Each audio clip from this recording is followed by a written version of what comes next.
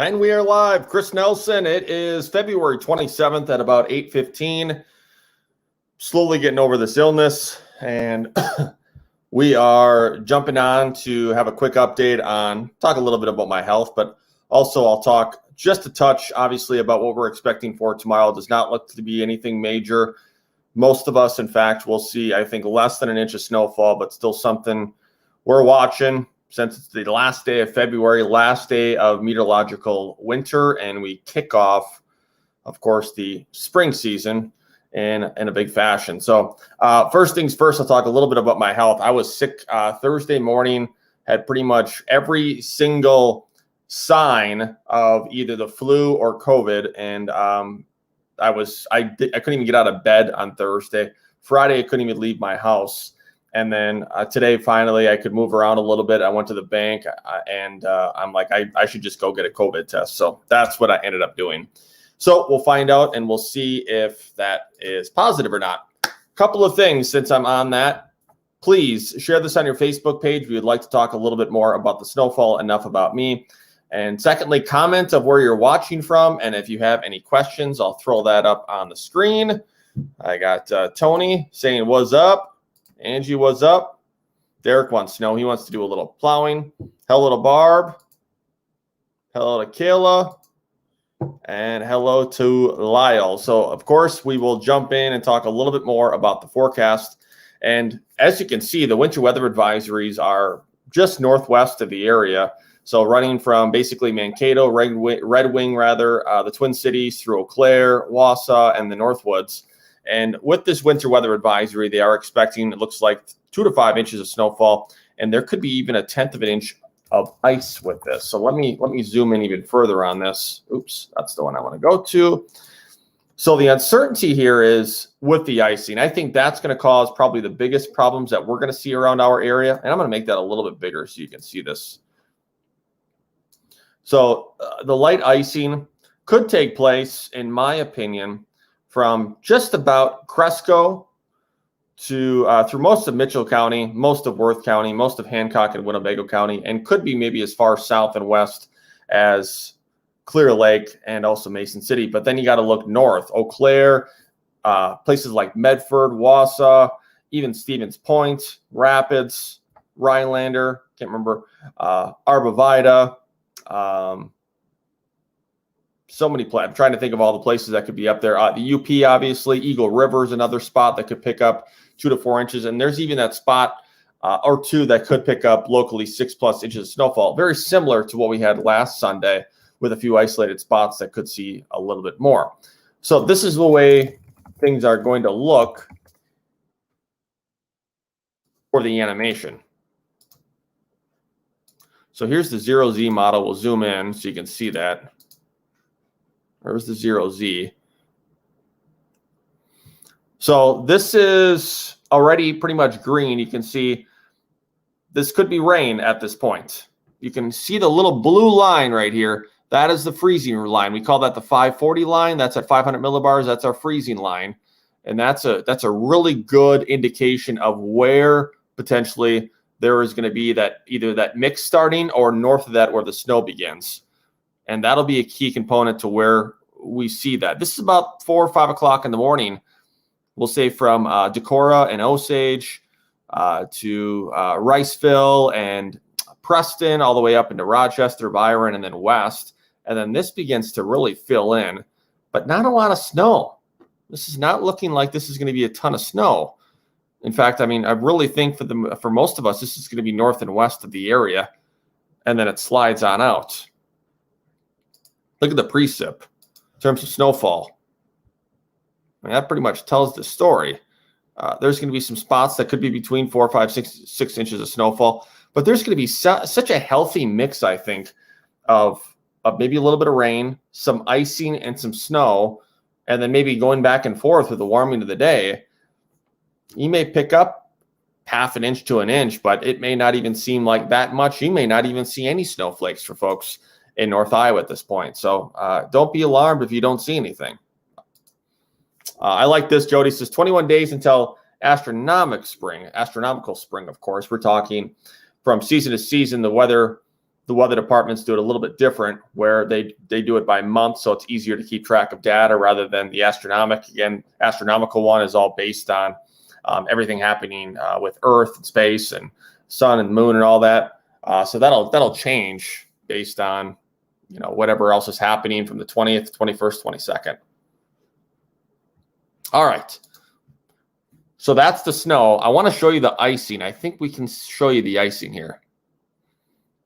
So the most you're going to see is just probably a trace to maybe 500. So this doesn't look like it's going to be a huge deal for icing. That's the good news there. This is the North American model, pretty much suggesting the same thing. In fact, they're showing even less snow. This is not looking like this is going to be a big deal at all. What it is showing, though, are some much heavier pockets, which this North American model did an excellent job last week, showing very isolated, very heavy amounts of snowfall, which, again, you saw places that picked up a lot of snow.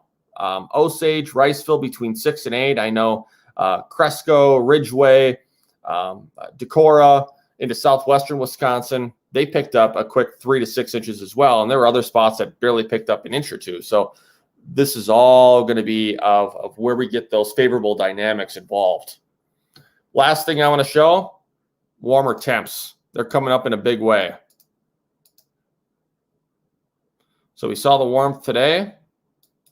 You can already start to see it coming in. This is Wednesday already, and take a look at the 50s and 60s really painting the map. You can tell things are switching.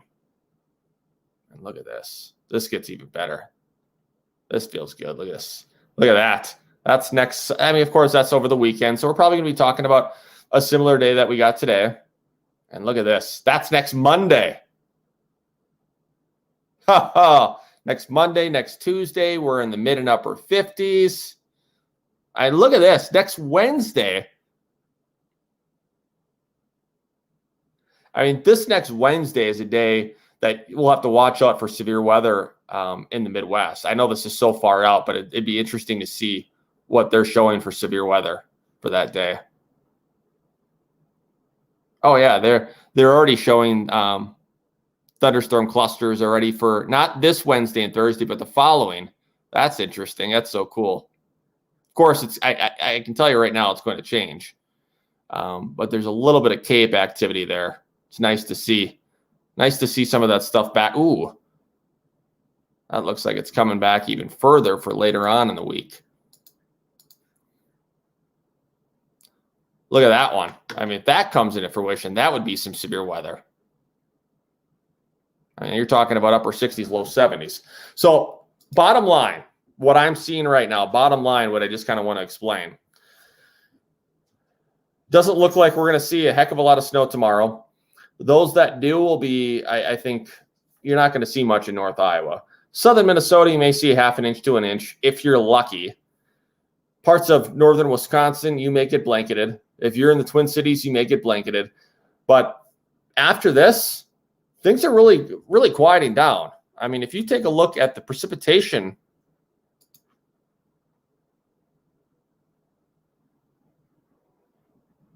and of course, you know how things change. I mean, there's not another chance of snow for the next 2 weeks, and that gets us into mid-March. That's something to think about.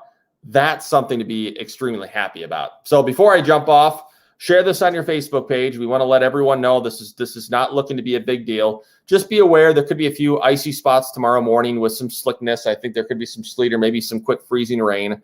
There also could be a little bit of a light snowfall, but this does not look to be a major system. Again, please share this. And lastly, things are looking much warmer starting next weekend and then lasting into the following week. I mean, we have suggestions that some of the models indicating 50s and 60s for the first couple of weeks of March. Again, once we get out of this week. So I guess the second week and the third week of March will be maybe a much different story. How am I feeling? I know I had one question on that. So my symptoms have been ranging from, I'll find out tomorrow, I think, if I have COVID. I went and got tested just to be sure. I don't know if I have the flu or if I have COVID, but I had pretty much everything stomach related on Thursday. I was bedridden on Thursday. Couldn't even get out of bed.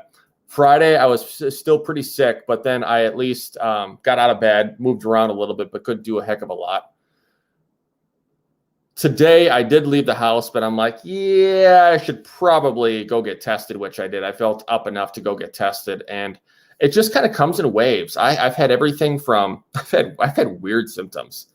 Obviously, all GI stuff, but also I've had on and off headaches. I've had on and off chills. I've had a fever.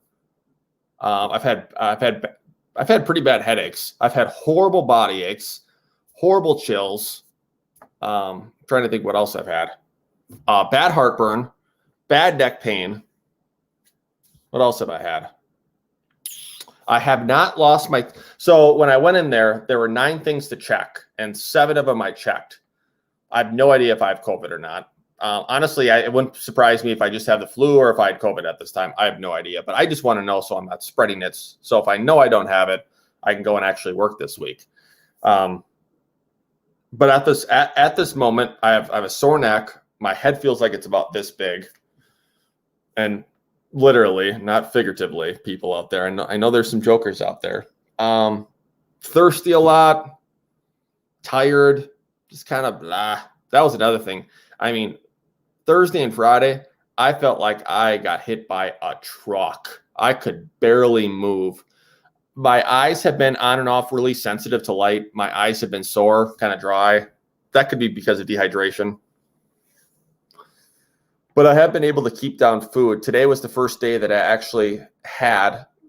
No, I did not. Oh, I did have something besides chicken noodle soup and crackers. I had some toast, but I have not had anything. So if this isn't COVID, I don't know what is. But I think a lot of us that have had COVID will say that the flu can be just as bad or worse at times, just depending upon what kind of symptoms you have and your tolerance. That's completely, I think, the fair observation to make there. A couple of things that I have gotten that my mom and my brother have been all over me about. Vitamin C, went and got that. I got some zinc. Got some D3. I'm usually not a vitamin taker. I should be. And then elderberry, which I've been told that's a pretty good one to take. In fact, I may take one.